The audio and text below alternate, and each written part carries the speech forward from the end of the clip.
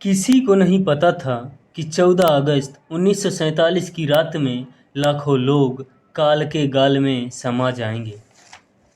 लोगों को बिल्कुल अंदाजा नहीं था कि घर, जमीन, कीमती सामान सब कुछ छोड़कर जाना पड़ेगा। बंटवारे की वजह से फैले दंगे में लाखों लोगों की जान चली गई। इसी कारण 14 अगस्त की काली रात को याद करने से दिल दहल जाता है। आज हम आपको इतिहास के पन्नों में दर्ज भारत पाकिस्तान के बंटवारे की दुख भरी कहानी सुनाते हैं। जरा सोचो उन लोगों पर क्या गुजरी होगी जब 14 अगस्त की आधी रात को यह फरमान जारी किया गया कि अब देश का बंटवारा हो गया है। भारत में ही एक नया देश बन गया है जहां मुस्लिम बाहुल्य क्षेत्र को पाकिस्तान तथा हिंदू बाहुल्य क्षेत्र को भारत घोषित कर दिया गया है। भारत की जनता को भारत में ही बने देश में अपने धर्म के हिसाब से किसी एक देश में रहने के लिए मजबूर होना पड़ा था। बताते हैं कि भारत में ही बने दूसरे देश की वजह से लाखों लोग अपने ही घर से बेघर हो गए और कई लोग तो अपने परिवार से बिछड़ गए। कहते हैं कि हुए बंटवारे में लाखों लोगों को मौत के घाट उतार दिया गया था।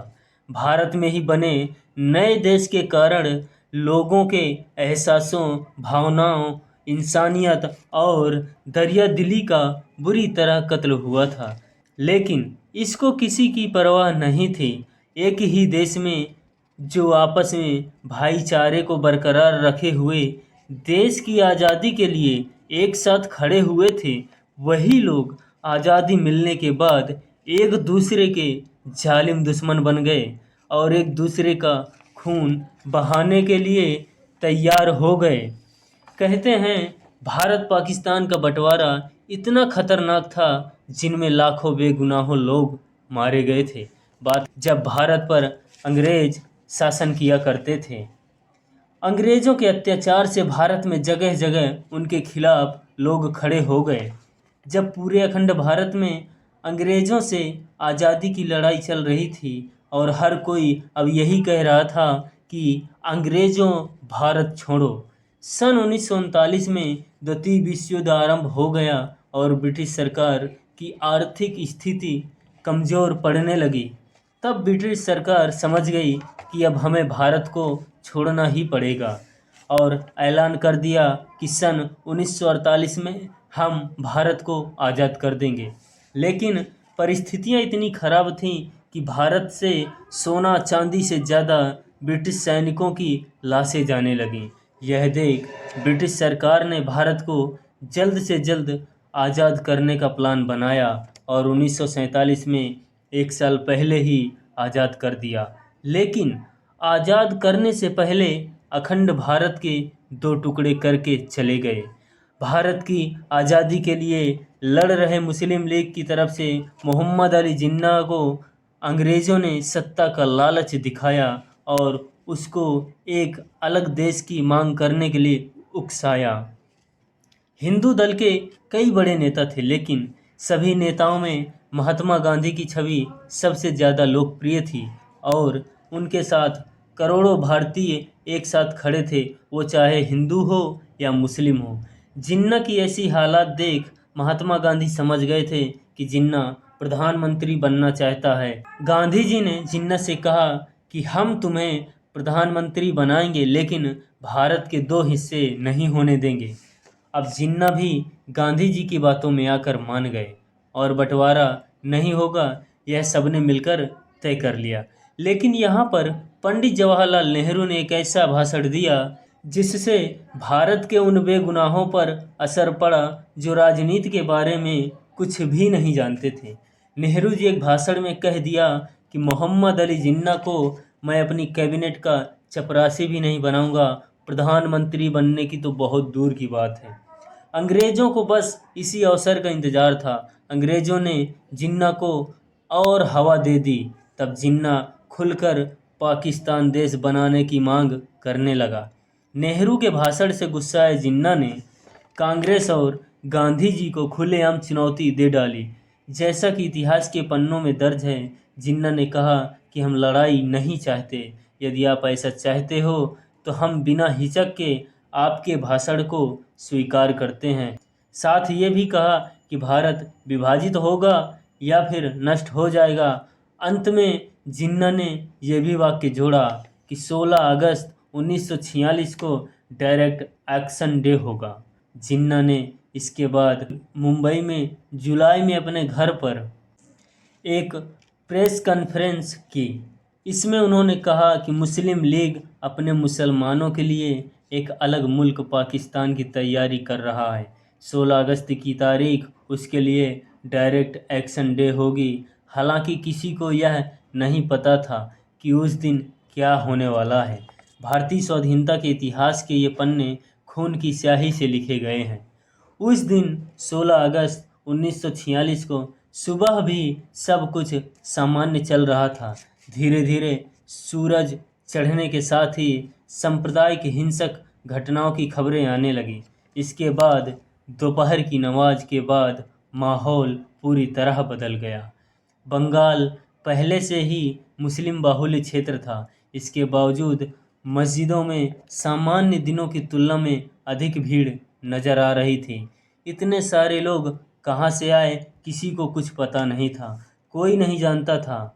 देखते ही देखते सड़कों पर लाठी डंडे हथियार तलवारें आदि लेकर हजारों की भीड़ इकट्ठी हो गई। इधर ख्वाजा नजीमुद्दीन और बंगाल के मंत्री हसन शहीद सुहरावर्दी ने इस भीड़ के बीच में भाषण दिया।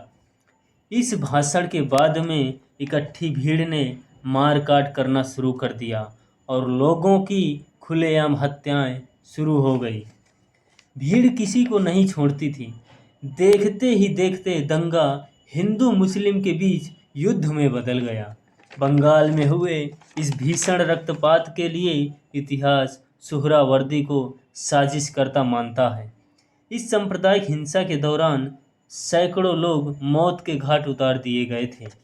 हजारों लोग जख्मी हुए थे और कई सारी महिलाओं के साथ बलात्कार की घटनाओं को अंजाम दिया गया था और यह रक्तपात पूरे एक हफ्ते चली। हालांकि जिस क्षेत्र में सेना तैनात कर दी गई थी वहां दंगा नहीं हुआ था।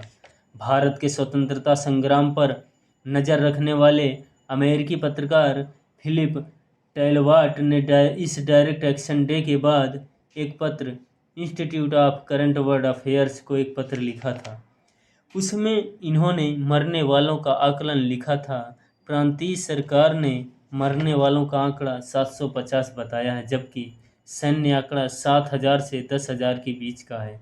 अभी तक 3500 लाशों को एकत्रित किया जा चुका है, लेकिन यह कोई नहीं जानता था कि हुगली नदी में कितने जिंदा लोगों को फेंक दिया गया था और यह भी कोई नहीं जानता कि कितने लोग शहर के बंद नालों में जान बचाने की वजह से छुप गए थे, लेकिन वे सब नाले के अंदर ही दफन हो गए।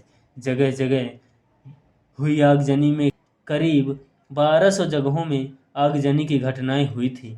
इस आग में कितने लोग जिंदा जल गए बता पाना मुश्किल है। सामान्य आंकड़ा लगाया जाए तो मरने वालों की संख्या 4,000 से अधिक और जख्मी लोगों की संख्या करीब 11,000 के आसपास बताई जाती है। भारत विभाजन के लिए ब्रिटिश शासकों की फूट डालो और राज करो की नीति मुख्य रूप में उत्तरदायी थी। इस नीति के अनुसार उन्होंने भारत के हिंदुओं और मुसलमानों को आपस में लड़ा दिया। ब्रिटिश सरकार पाकिस्तान के साथ थी। जिन्ना प्रारंभ से ही द्विराष्ट्रीय सिद्धांत के समर्थक थे। पहले वे बंगाल और संपूर्ण असम को पाकिस्तान में मिलाना चाहते थे तथा पश्चिम पाकिस्तान में समस्त पंजाब, उत्तर पश्चिमी सीमा प्रांत, सिंध और बलूचिस्तान को मिलाना चाहते थे। अपनी जिद के कारण जिन्ना ने 1940 से 1947 ईस्वी तक निरंतर गतिरोध बनाए रखा और समस्याओं के निराकरण के लिए बनाई गई सभी योजनाओं को अस्वीकार कर दिया था। परंतु 3 जून 1947 ईस्वी की योजनाओं में उन्हें दिया गया पाकिस्तान उस समय पाकिस्तान से अच्छा नहीं था। सन 1944 ईस्वी में अपूर्ण अंगहीन तथा दीमक लगा पाकिस्तान कहकर अस्वीकार कर दिया था। अब जो पाकिस्तान गया वह उनकी उनकी आशाओं से बहुत छोटा था, जिसे जिन्ना ने लॉर्ड माउंटबेटन के दबाव के कारण स्वीकार कर लिया था। बताते हैं कि विभाजन के बाद 72,26,000 मुसलमान भारत छोड़कर पाकिस्तान चले गए थे तथा 72,49,000 हिंदू और सिख नए देश बने पाकिस्तान से भारत में आ गए थे। महज कुछ ही दिनों पर आराम से चल रही जिंदगी में अचानक हुए बंटवारे के कारण अपना घर जमीन जायदाद छोड़कर हिंदुस्तान से पाकिस्तान जाना पड़ा तथा पाकिस्तान से हिंदुस्तान आना पड़ा। भारत में हुए बंटवारे की वजह से कई जगह दंगे भी भड़के थे। एक अनुमानित आंकड़ों के अनुसार 10 से 15 लाख लोग हुए दंगों में मारे गए थे। वहीं 75,000 से 1 लाख महिलाओं के साथ बलात्कार, हत्या और अपहरण के मामले सामने आए। 13 अगस्त 1947 लाहौर से अमृतसर के लिए एक ट्रेन रवाना हुई थी, लेकिन उस ट्रेन में कोई जिंदा आदमी नहीं पहुंचा। ट्रेन में सवार होने के बाद कई हिंदू और सिखों का कत्लेआम कर दिया गया था। जब पंजाब बंटवारे की आग में जल रहा था, तभी दिल्ली रेलवे स्टेशन से पाकिस्तान के लिए एक स्पेशल ट्रेन निकली, जिसमें पाकिस्तान के लिए जाने वाले सरकारी अफसर के अधिकारी और उनके परिवार के भी लोग मौजूद थे। इस पाकिस्तान स्पेशल ट्रेन को दिल्ली से रवाना किया गया था, लेकिन जब ट्रेन पटियाला स्टेशन पहुंची तब उस ट्रेन पर हमला बोल दिया गया। इस हादसे में कुछ लोगों की जान चली गई। जब इस बात की खबर कराची और लाहौर को मिलती है तो बदले की आग में उन्होंने अमृतसर जाने वाली ट्रेन पर हमला कर दिया। बताते हैं कि जब यह ट्रेन पाकिस्तान से अमृतसर स्टेशन पर पहुंची, उसमें एक भी जिंदा व्यक्ति नहीं था। हर तरफ लाशों के ढेर थे। लाशों के ढेर देख लोगों में बदले की भावना भड़क उठी और कहते हैं कि दोनों देशों की तरफ से आने जाने वाली ट्रेनों में अब आदमी नहीं बल्कि लाशें आने जाने लगीं। लोगों को पाकिस्तान से हिंदुस्तान तथा हिंदुस्तान से पाकिस्तान जाने वाली ट्रेन कब्रिस्तान में बदल गई। कई इतिहासकारों का कहना है कि जितनी मौतें भारत को अंग्रेज़ों से आज़ाद होने में नहीं हुई, उससे कहीं ज़्यादा दोनों देशों में हुए आपस के बंटवारे में हुई थी। तो दोस्तों, वीडियो में अंत तक बने रहने के लिए आपका धन्यवाद। अगर यह वीडियो आपको पसंद आया हो तो चैनल को ज़रूर सब्सक्राइब कर लीजिए और वीडियो को लाइक करना मत भूलिए। जय हिंद, जय भारत।